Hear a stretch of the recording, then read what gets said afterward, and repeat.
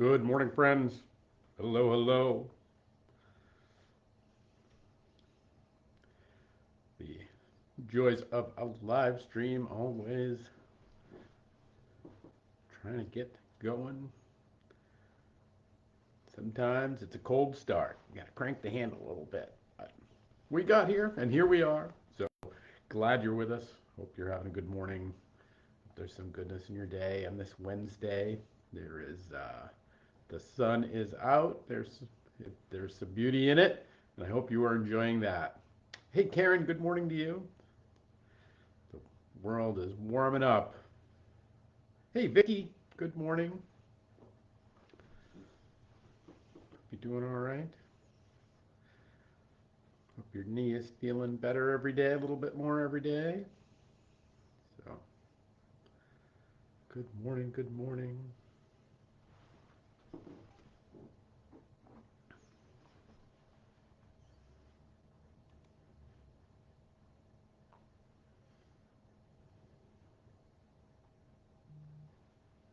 Hello, everybody.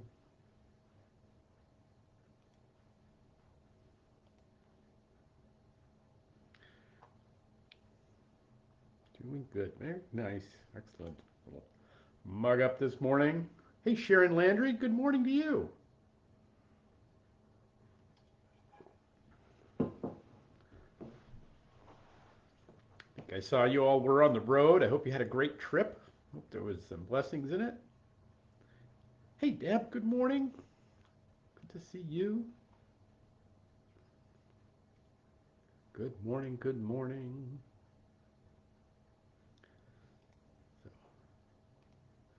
All right, let's get going this morning. It is the 7th day of May. We are in the full week of May here on this Wednesday at 11:11, and I'm glad you're with us and glad you're a part of this journey. That this morning I want to this morning I want to look at this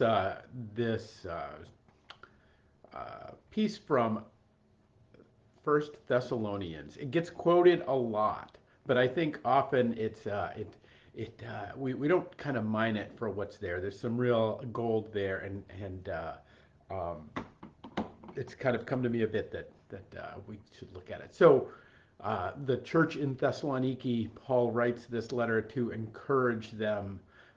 They are again, like many of the churches, he writes these letters when they really are beginning to get squeezed, and there is real there's real discouragement, there is real hardship that they're facing, and that hardship, as you always know, on any group of people, it starts to create cracks and fissures that certain people, that people set against each other, and so he's imploring them to kind of come together and to be the church together. And that one of the things about the church in Thessaloniki, that there's kind of this vindictiveness that had been going on. People were kind of going back and forth between each other. Somebody makes somebody mad, and then make somebody else mad. So, and Paul maps all this out, and he talks to them, but he says this, and in this line, he says, "Rejoice always, pray continually, and give thanks in all circumstances, for this is God's will for you in Christ Jesus." And this is where I want to pick it up. So he says, "Rejoice always, pray continually." We've talked about that, and we could talk about that in a big way. But then he goes on to say this, and I think this is the part we sometimes miss as we're looking at this. "Do not quench the spirit. Do not treat prophecies with contempt, but test them all, and hold on to what is good, and reject every kind of evil." Now, we're not people accustomed to contending with prophecies, so it's natural to understand that we might not kind of leap right into, like, oh well, of course, what that means. But what Paul is saying is there are places that people start to get fired up. Do not quench the spirit, that the spirit starts to move. There's this way, and whether it's in our own hearts or whether it's in ourself, where we begin to either feel called towards a particular thing, or we begin to feel uh, that the home of Christ with us, the compassion, the will to move in this world, the will to fix something that is broken, whatever it is, however the Spirit is moving. But there's also this. So he says, do not treat prophecies with contempt. So there's this way in which we think about, and now prophecies are, we think about them often wrongly because we think about prophecies and we think about forecasting for the future, right? So the prophetic is that's somebody who's going to tell us what the future is. But really what prophecies were, what prophets were, and what the prophecies were this corrective to bring an individual or a community back into a line with God's will. That either back into alignment with God's will, or to help to encourage them in continuing in moving towards God's hope for them. And so we think about it in all of the Old Testament scriptures, right? That Jonah is sent to Nineveh, and although he doesn't want to go, he wants to go the other way. And the great story of Jonah, but it is the story of Jonah going to Nineveh and telling them to repent. Look, you guys are off. You're in the weeds. You're in the rumble strip. You're driving down the sidewalk. Go over here. And the people do, and that makes Jonah even madder. But the point is that the prophetic was not about casting hate upon them or cursing them or even, but it's this invitation, this opportunity to heal. It is a rapprochement, if you will. God, I don't know why I try to use that word. I can't say it. I never can. It is this way of healing. It is this way of healing relationship that God brings to us. That is actually what the prophetic is. That we think about it as this speaking in tongues or whatever, whatever our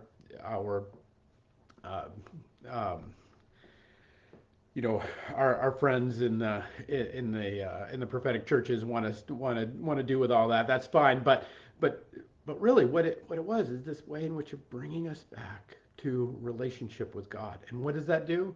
It often brings us back to relationship with each other, right? And so this invitation, do not quench the spirit. That when God is moving, don't say, that don't cut that off, but instead, and don't treat prophecies with contempt. That often the kind of the things in which we encounter are often invitations for us to encounter God's love for us and encounter God's love for the neighbor. But test them. And so, okay, how do we do that? What does that mean? And I think that the simple and most basic way is a simple thought experiment. Is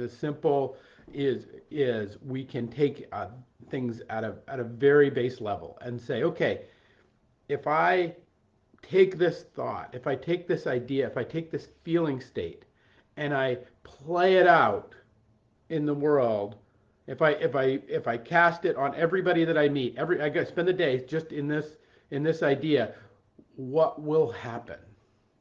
It's like the story of what happened a long time. It's been some years ago now. I've told the story before, but through a Starbucks drive-through in Florida. That what happened is early in the morning, somebody came in and they bought a coffee, and then they bought the coffee of the person behind them, and that oh, that's very nice. And so they took the order, and then they went through, and the next person drove up to the drive-through and was like, oh, somebody bought my coffee. Well, I'll buy the coffee of the person next behind me.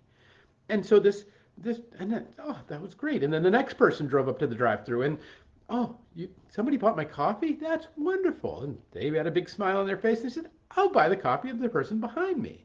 And so that spirit of generosity first person at 6:30 in the morning spawned actually lasted the entire day until that store closed that evening.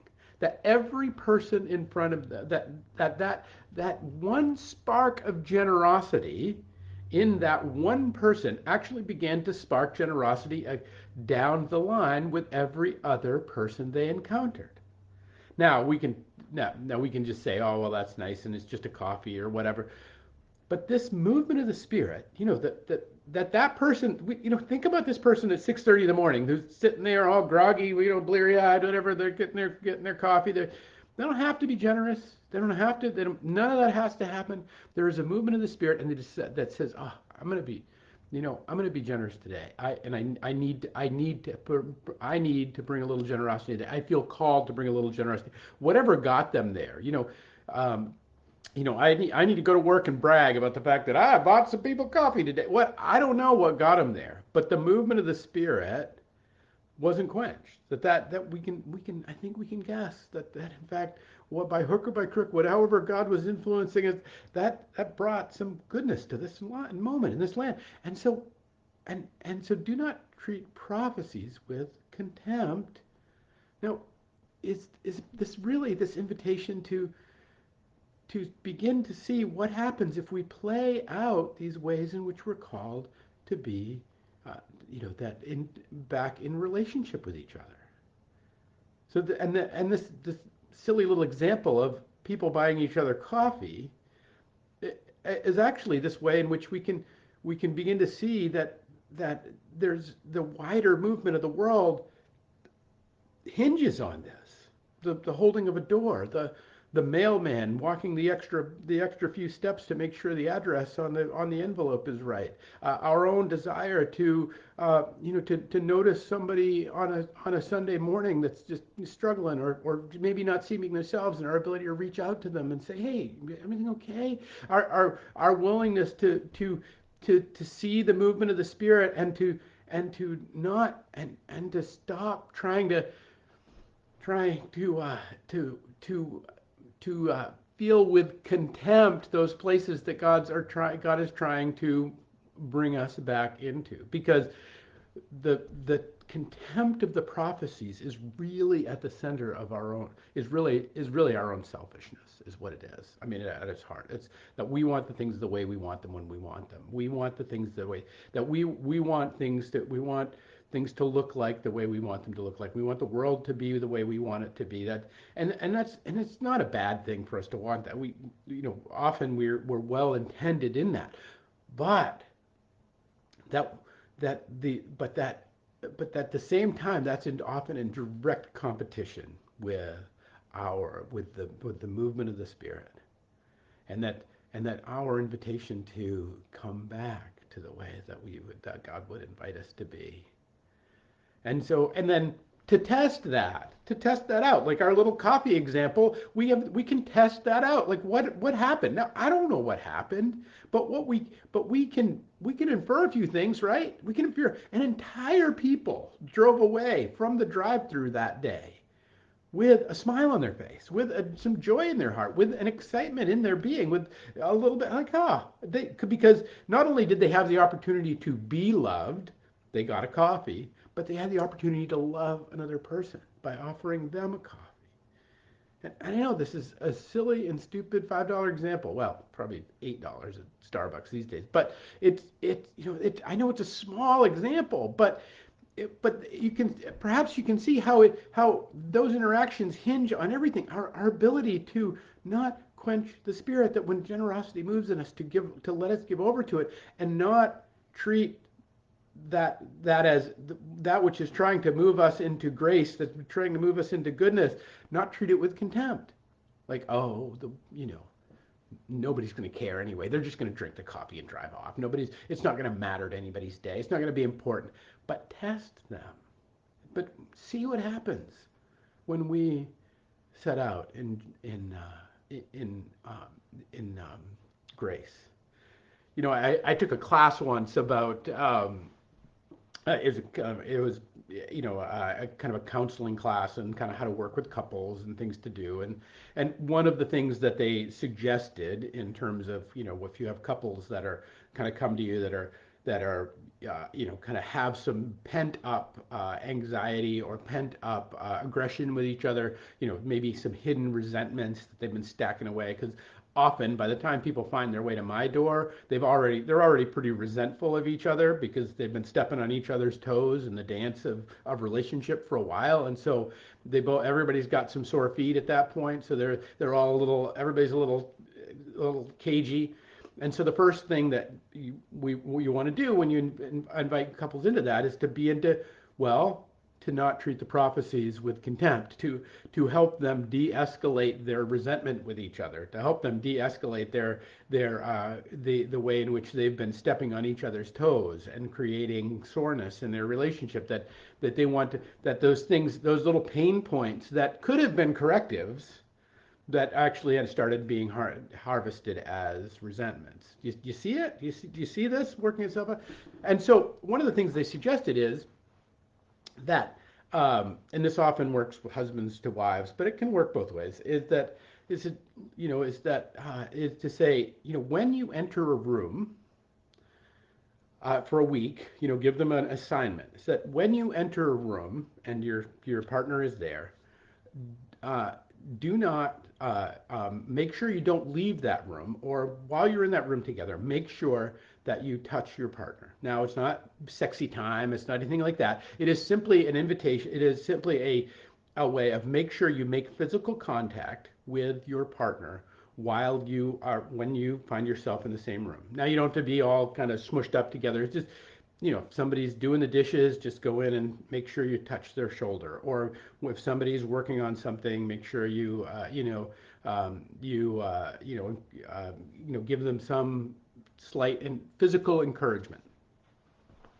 Now, I heard this in a class and all this sort of stuff, and I honestly thought it was the most ridiculous thing I'd ever heard. Like, I'm like, it's so contrived and it's so, well, dumb in my opinion. I was so, but it kind of kept working on me. It kept working on me a little bit. I kept thinking about it. It's like, and again, we can see this line, I think, playing itself out, and even in my own process with this, do not quench the spirit.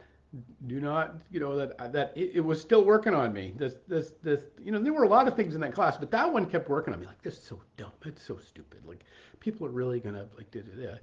And so, do not treat prophecies with contempt. This is a little, this corrective, this invitation to be a little closer to the heavenly path. I was treating it with contempt. I was like, that's stupid.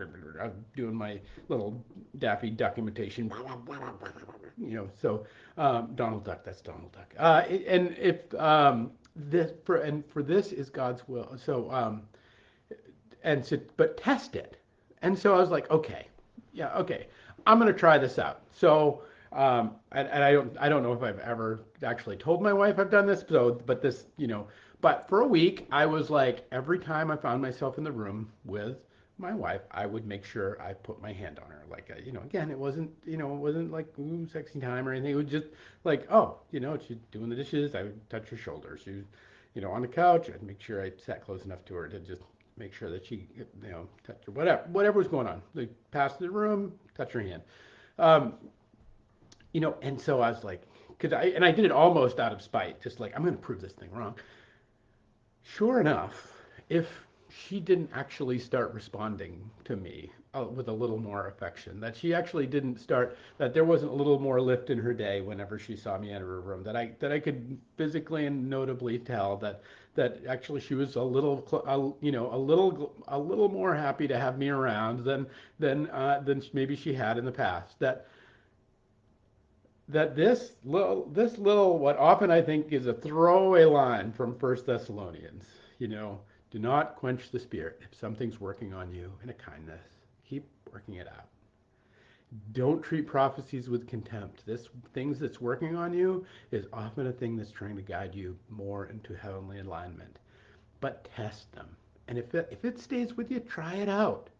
And hold on to what is good and reject every kind of evil. Because if you try it out and it doesn't work, reject it. You've just learned a whole great thing. But my whole point today, and my whole invitation on this, on this little rant into this one little line of Paul's teaching, is to kind of invite you into uh, of the kind of setting down maybe a little bit of your own Donald Duck like kind of kind of attitude, because we've all got it this day. All of us, our toes have been so stepped on, whether it's by voices we're hearing from the media, whether it's by the world, and it's kind of acerbic nature, whatever it is.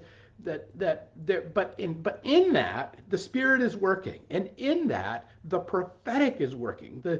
These little nudges that are trying to bring us back into alignment, or not that we're out of alignment, but bring us closer to the movement of the Spirit and the movement of God's love for us and the movement of God's hope for us. That's moving itself out a little more, and then the invitation is not that we have to just slavishly do what every impulse in us that we think is from the Spirit, but to test them out, to take it for a test drive, to see if that little niggling thing that's inside of you, that little thing that's been kind of working on you, that God, I really ought to do that. And then our immediate dismissal that follows it, like me in the instructions from that class, that we might take it for a test drive and find out if there's goodness, or if there's evil behind it, and that we can cast away the things that bring more brokenness, and we can harness around, and that we can rally our lives around those things that bring a little more joy and a little more beauty and a little more love.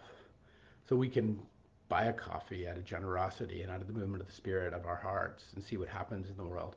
We can show affection to the people around us and see what happens in the world. And we can maybe even find ourselves giving in to the impulses that aren't working for us. But then we can find out that too, and we can set that aside, and we can let a little more light and a little more joy and a little more of the Spirit flow into and through our lives day in and day out.